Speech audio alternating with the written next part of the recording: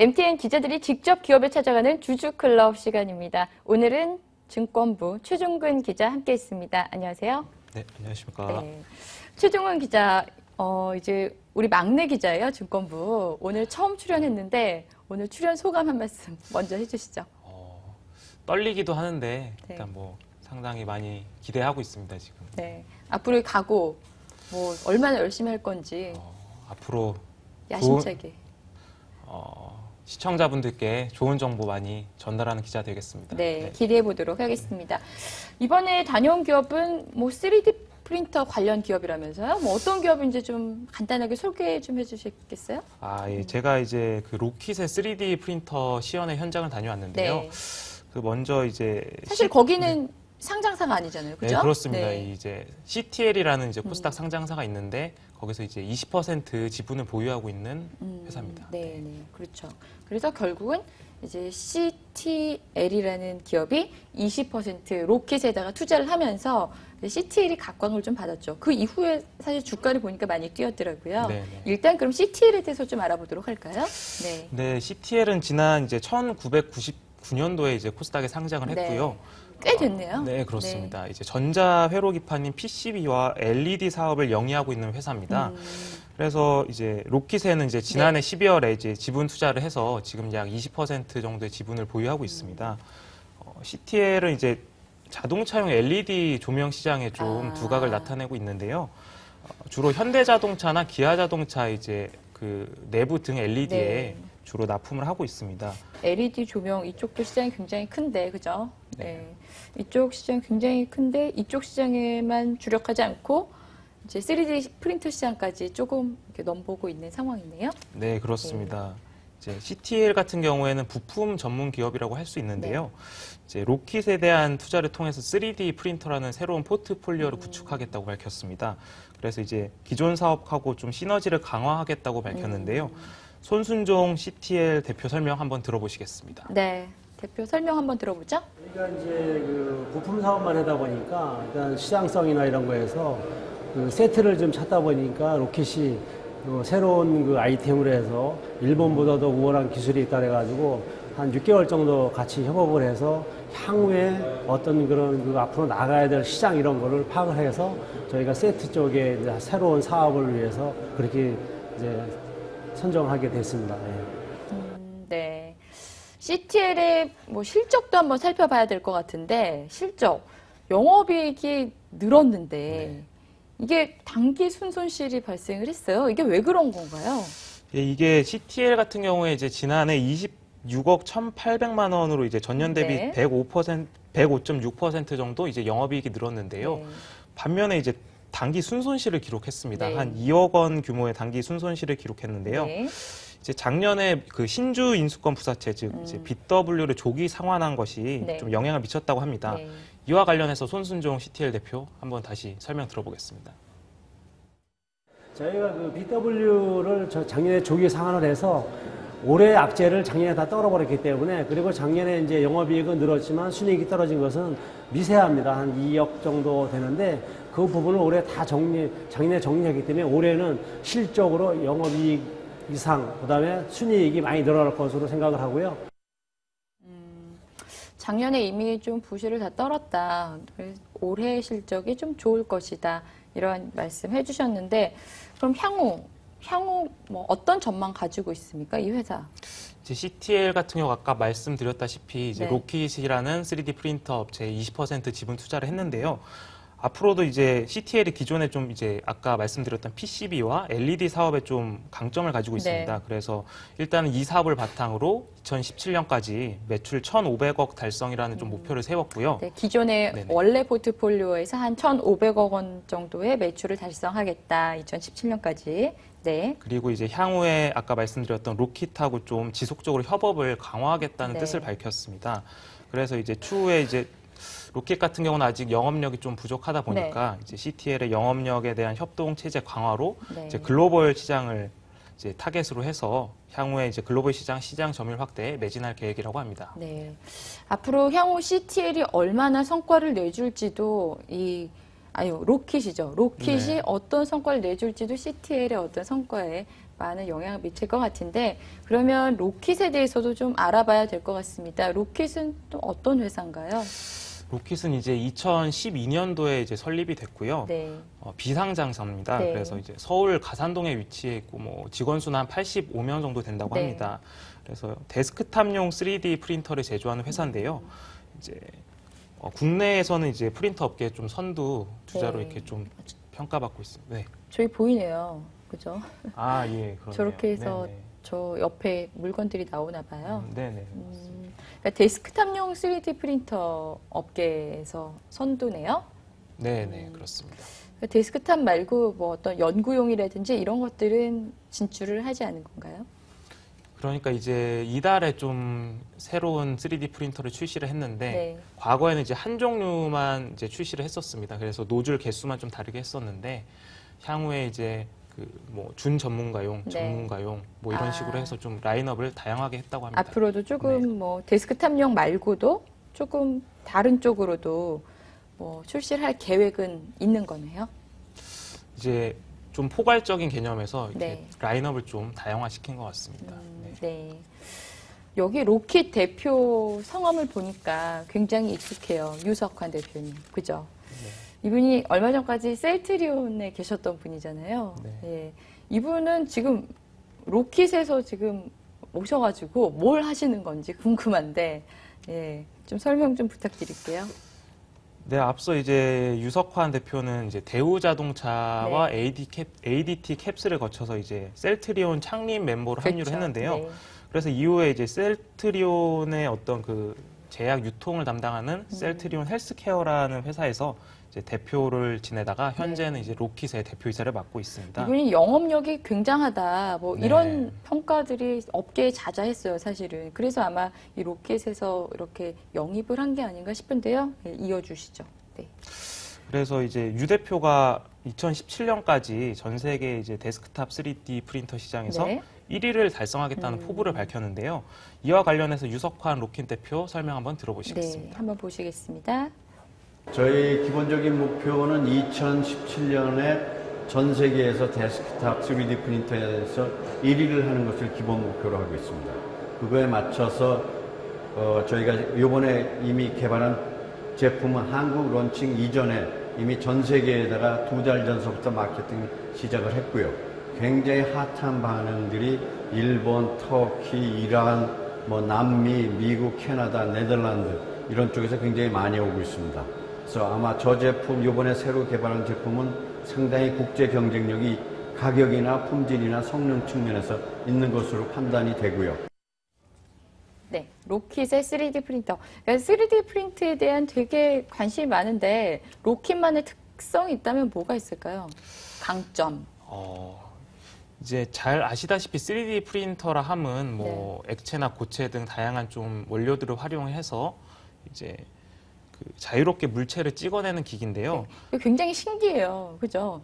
이게 3D로 이렇게 그 프린트가 된다는 게 내가 이걸 제작을 하면은 이게 그대로 그 모양이 나온다는 거잖아요. 네. 오늘 아침에 기사를 봤더니 집을 설계를 해갖고 3D 프린터로 이렇게 찍어낸 거를 하나 그림을 봤는데 앞으로 향후에 참 이 3D 프린터 시장 어떻게 발전해 나갈지 궁금하긴 하더라고요. 예.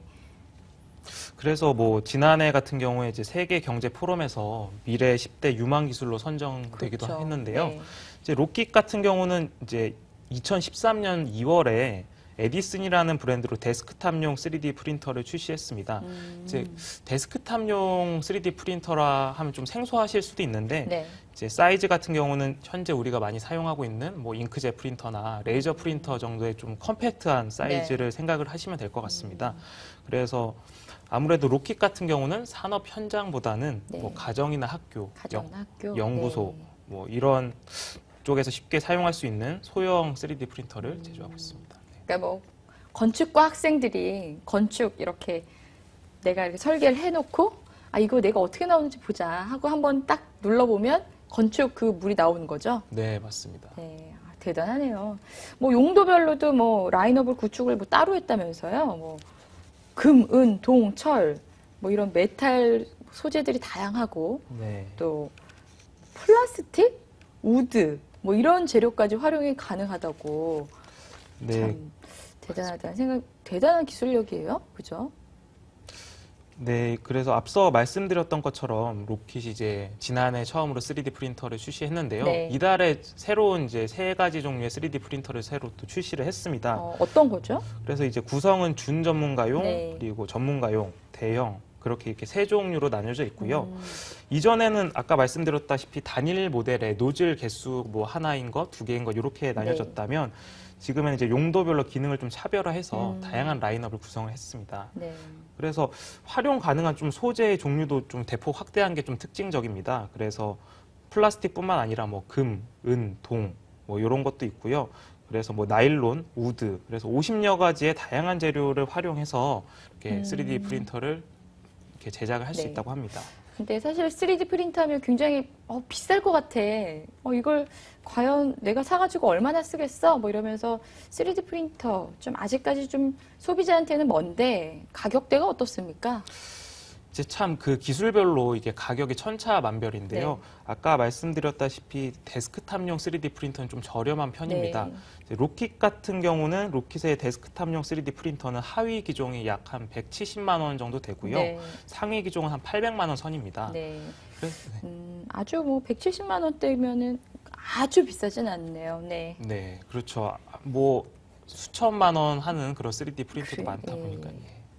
그래서 뭐 가정이나 학교, 연구소 등에서 사용하기에는 가격 경쟁력이 높다고 볼 수 있겠습니다. 일단 근데 뭐 중소업체니까 워낙 뭐 아까 직원이 80몇 명이라고 그랬죠. 이런 중소업체들 이 판매망 이런 것들이 항상 문제가 되는데 이 판매망 구축, 영업망은 어떻게 지금 계획을 하고 있던가요?